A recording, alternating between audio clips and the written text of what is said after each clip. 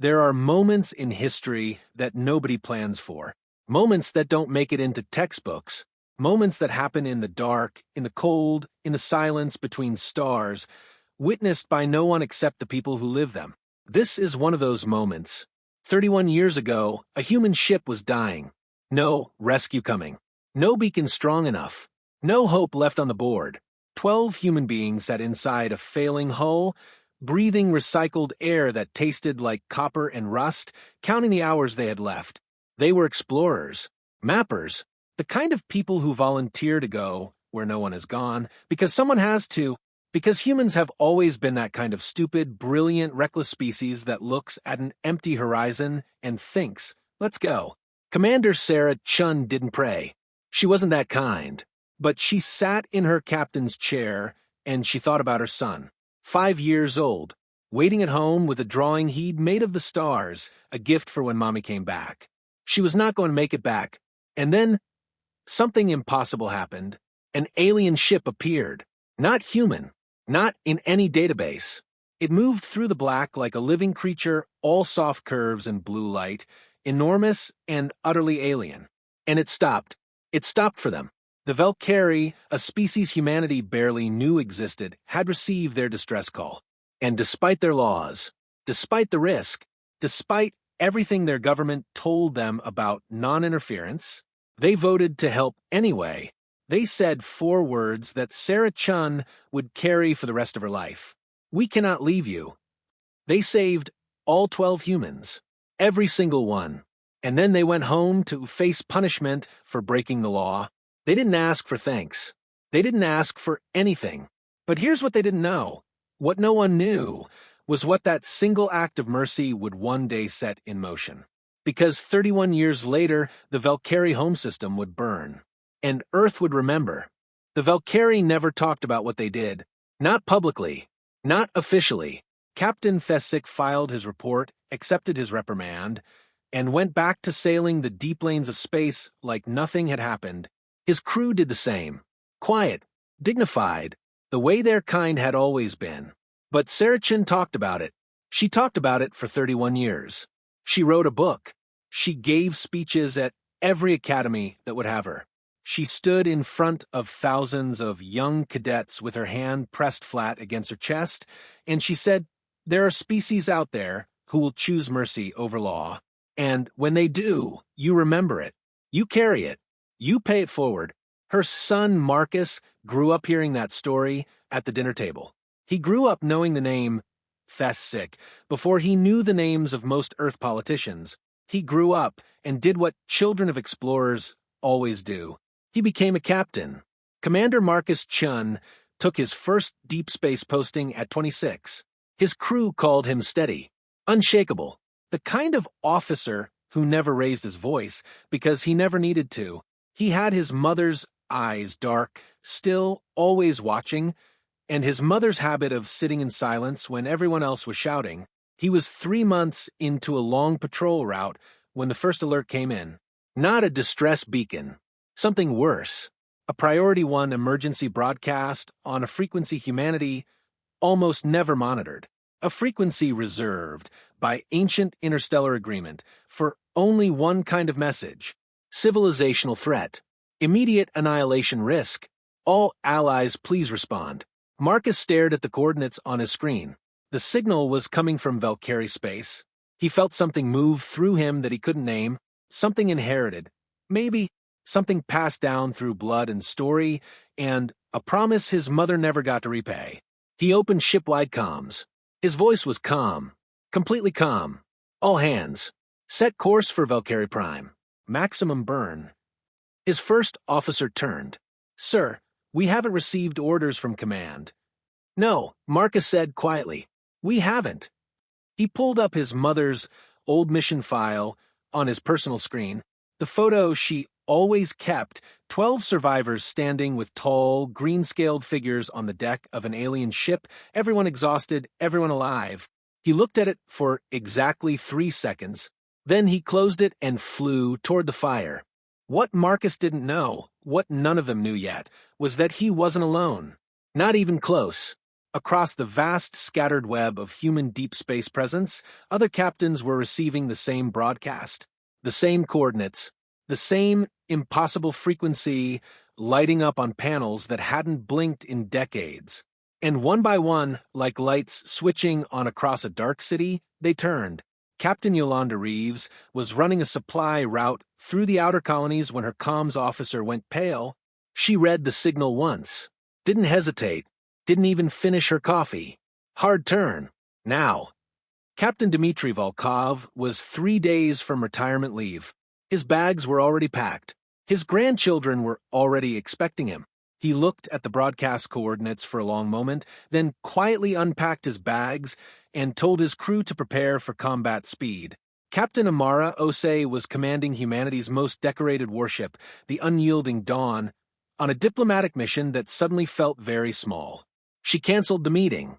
Her admiral would be furious. She didn't particularly care. None of them had orders. None of them had authorization.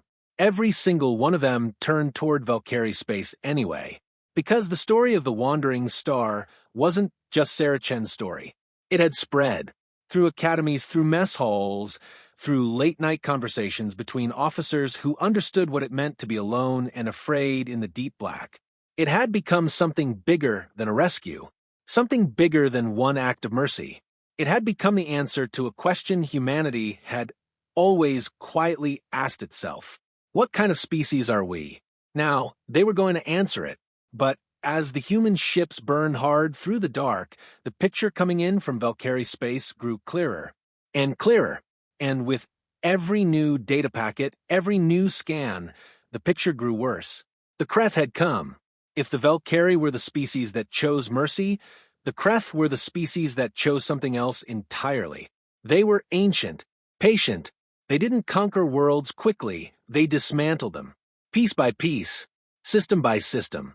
They had been moving toward Velcari space for 11 years, and the Velcari, peaceful, brilliant, lawbound, had spent every one of those years trying to negotiate. The Kreth didn't negotiate. They had already taken the outer moons. They were already inside the defensive perimeter, and Velcari Prime, home to 4 billion souls, had maybe 72 hours before the first planetary bombardment began.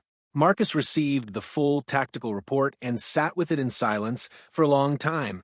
Then his comms officer looked up with wide eyes. "Sir, I'm picking up more ships entering the corridor behind us." Marcus turned. "How many?" The officer's voice cracked slightly with something that wasn't quite fear.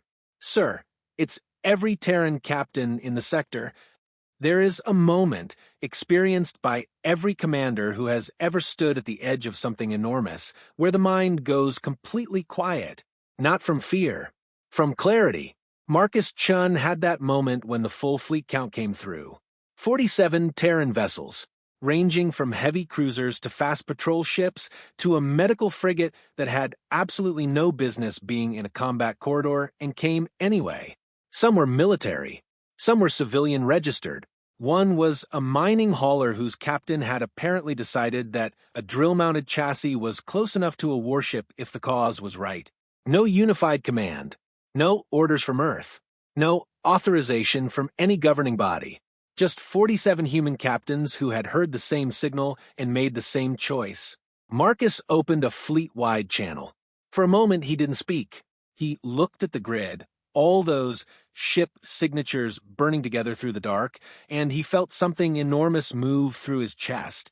"This is Commander Marcus Chun of the TS Covenant. I am not your commanding officer. None of us have orders. None of us were told to be here." He paused. "But we are here, and I think we all know why." The channel was silent. 47 crews, listening. 31 years ago, a Velcari captain broke his own laws to save 12 human lives. He didn't ask for permission. He didn't wait for authorization. He looked at 12 people who were dying, and he decided that mercy mattered more than protocol. Another pause. Shorter this time. Today, we return the favor. Not because we were ordered to, not because it benefits us strategically, but because that is what we are. That is what humans do. Somewhere in the fleet, someone opened their mic, and said nothing, just breathing. And then someone else did the same, and then another. It was the sound of people steadying themselves. "We go in together," Marcus said. "We cover each other. We protect those 4 billion lives, or we die trying. And when this is over, whatever happens, the Velcari will know that the debt has been paid." He closed the channel. His first officer, Lieutenant Kara Souza, stood beside him staring at the tactical display where the Kreth fleet sat like a dark stain across the star charts. Massive, ancient, brutal. "Sir," she said quietly, "we're outnumbered 3-1. I know. The Kreth have taken down larger fleets than ours. I know that too." She was quiet for a moment. "Then my grandmother used to say humans were ridiculous." Marcus almost smiled. She wasn't wrong. "She also said," Kara continued softly, "that ridiculous was sometimes the most powerful thing in the universe." Marcus looked at the Kreth fleet on his screen. Ancient, patient, certain of victory. They had never fought humans before. That was their first mistake. "All ships," Marcus said. "Combat formation. We're going in." The Kreth didn't move when the human fleet dropped out of faster-than-light travel. That was the thing Marcus noticed first. They didn't scramble, didn't reposition, didn't do anything except hold their formation with the slow, terrible patience of a species that had been doing this for 10,000 years. Their ships were massive, dark and angular, built like weapons rather than vessels, and there were so many of them that they blotted out the distant glow of Velcari Prime's sun. The Kreth commander sent exactly one message. "Small fleet. Wrong decision. Leave now and we will not pursue." Marcus let the message hang in the air of the bridge for exactly 3 seconds. Then he deleted it. "Target their command formation. All forward batteries charge." What happened next would take analysts years to fully reconstruct. Humans, it turned out, did not fight the way the Kreth expected. The Kreth were methodical.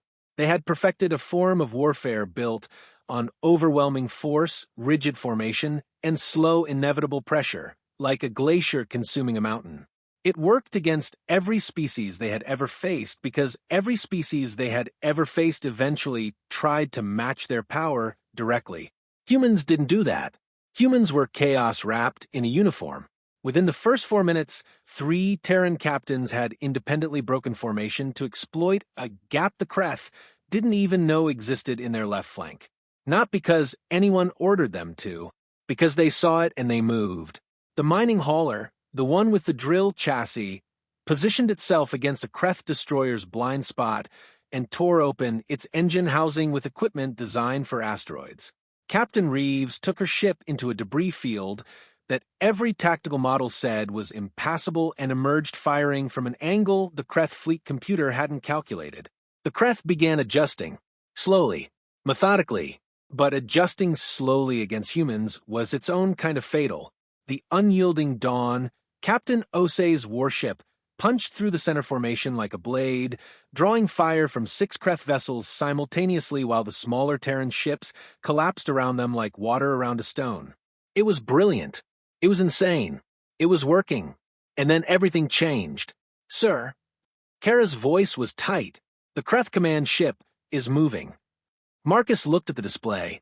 The command ship, 3 times the size of anything else in the corridor, had been sitting still since the engagement began. Watching, studying, learning. Now it was moving directly toward the Covenant. "They've identified you as the coordination point," Kara said. "If they take us out, the fleet loses its anchor," Marcus finished quietly. He looked at the size of the incoming ship. No clever angle, no debris field, no trick that would change the math on what was bearing down on them. But then his comms officer made a sound. Sharp, surprised. "Commander, new contacts." Dropping out of FTL, directly in front of the Kreth command ship, Marcus stared. The ships were not human. They were sleek and familiar. All smooth curves and flowing lines, blue lights glowing softly along their hulls. Velcari, and leading them, broadcasting on an open channel in a voice Marcus had heard in recordings his entire life, was a ship called the Gentle Current. The same ship, 31 years later. Still flying. Human fleet, the voice said, older now, slower, but unmistakably the same. "This is Captain Thessick of the Velcari vessel Gentle Current. We received your signal." A pause that felt like the whole universe holding its breath. "We are not supposed to interfere." Another pause. "We voted." There are moments that become mythology before they're even finished happening. The bridge of the Covenant went completely silent. Not the silence of fear. The silence of people witnessing something they know, in their bones, in their blood, they will tell their grandchildren about. Marcus couldn't speak for a full 3 seconds. Then Kara made a sound beside him that was half laugh, half sob, and somehow perfectly human. The Velcari fleet was not small. 30 warships dropped out of FTL in a tight defensive arc directly between the Kreth Command vessel and the Covenant. Behind them came support ships, medical vessels, 3 ships that Marcus's database identified as Velcari deep-range destroyers, rare, powerful, almost never deployed, their hulls marked with the sigil of the Velcari High Fleet. They had brought everything. Thessick's voice came through again, calm and ancient and utterly unbothered by the size of what they were flying toward. "Commander Chun, your mother was a remarkable human. I met her once, after the incident. She told me that one day humanity would repay the debt. I told her no debt existed." A pause. Marcus realized he was gripping the armrest of his chair hard enough to whiten his knuckles. "I was wrong. There is no debt, but there is something better." The Velcari fleet ignited its weapons systems simultaneously. The blue glow along their hulls deepened to something fierce and brilliant, like bioluminescence in a dark ocean suddenly turned to fire. There is friendship, and friendship, Commander, does not keep accounts. The Kreth Command ship fired first. It didn't matter. What followed was not a battle in any traditional sense. It was a reckoning. The Velcari fought differently from humans, precise where humans were instinctive, patient where humans were explosive, and together, the 2 species fit together like pieces of something that had always been meant to interlock. Human ships drew fire and danced through it. Velcari ships dismantled enemy systems with terrifying surgical accuracy. Where humans created chaos, Velcari created collapse. The Kreth had studied neither species enough. They had certainly never studied them together. Within 40 minutes, the Kreth left flank had dissolved. Within 90, their command ship was venting atmosphere from 4 separate hull breaches. Captain Dmitry Volkov, the one who had unpacked his retirement bags, drove his vessel directly into the gap in the Kreth Center formation and held it open for 11 straight minutes while 3 Velcari destroyers poured fire through the breach. He took serious damage doing it. He didn't move until the job was done. At the 2-hour mark, the Kreth Command ship broadcast on open channel. They were requesting terms. Marcus looked at Thessick's ship on his display, the Gentle Current still flying, 31 years old, and somehow still the most beautiful thing in the sector. "Thessick," he said quietly, "would you like to deliver the response?" A sound came through the channel. Low, rhythmic. Marcus's translator software identified it after a moment. Velcari laughter. "I would be honored, Commander Chen." The terms were simple. The terms were non-negotiable. And when the Kreth accepted them, as they had no remaining choice but to do, a sound went up across 47 human ships and 30 Velcari ships simultaneously. It wasn't a war cry. It was something warmer than that. Velcari Prime was safe. For billion lives, intact. The bombardment that had been 72 hours away had been pushed back to never. But Marcus barely heard the celebration around him. He was reading a message that had just arrived. Flagged personal. Flagged urgent. Sent from a hospital on Earth 12 hours ago. His mother, Sarah Chun, 71 years old, retired commander, the woman who had spent 31 years telling anyone who would listen about the species that had saved her life, had been declining for weeks. The doctors had said she had days. The message was from her nurse. "She is asking if you completed the mission. She says you'll know what that means." Marcus sat with that for a long moment. Then he opened a channel. Not fleet-wide. Just one ship. "Thessick," he said. "I have a favor to ask." Thessick didn't ask questions. That was the thing about the Velcari that humans always struggled to articulate the quality that sat beneath their laws and their protocols and their careful ancient dignity. When it mattered, they simply understood. No explanation required. No justification needed. Marcus asked. Thessick said yes. That was all. The gentle current had communications technology 30 years beyond anything in the Terran fleet. It could punch a clear signal through 17 light-years of interference without breaking a sweat. Thessick had his team configure it within minutes, bouncing the transmission through 3 relay points until it landed, clean and clear and warm, in a small hospital room on a blue planet very far away. Marcus watched the connection establish on his screen. And then he saw her. Sarah Chun looked smaller than he remembered. The kind of small that has nothing to do with size and everything to do with the weight a person has slowly set down. She was propped up in a bed with white sheets, her hair silver now, her eyes still dark, still watching, aimed directly at the screen like she had been waiting for exactly this. She had been waiting for exactly this. Marcus, she said. Her voice was quieter than he'd ever heard it, but steady, always steady. Mom. His own voice surprised him. He had planned to be calm. He had planned to be his mother's son, composed, unshakable. We did it. Velcari Prime is safe. Every ship made it. We lost no one. Sarah closed her eyes for a moment. When she opened them, something in her face had shifted. Something had been released. Good, she said simply. Then is he there? Marcus smiled. Yeah, Mom. He's here. He turned the visual feed slightly. On the secondary screen, patched in through the gentle current's own systems, was a face that Sarah Chun had only seen in photographs for 3 decades. Old now, deeply lined, eyes still large and yellow, and somehow, across species, across 31 years, across everything, unmistakably kind, Captain Thessick of the Velcari looked at the human woman who had spent her life telling his story. He was quiet for a moment. Then he placed both hands flat against his chest, a Velcari gesture that Marcus's translator flagged with a single word. Gratitude. Deep and unpayable.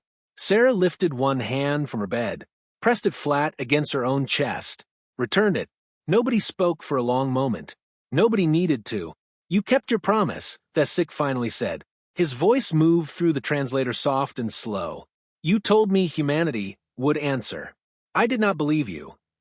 I know, Sarah said, and she smiled, the full, unguarded smile of someone who has been proven right about the most important thing they ever believed.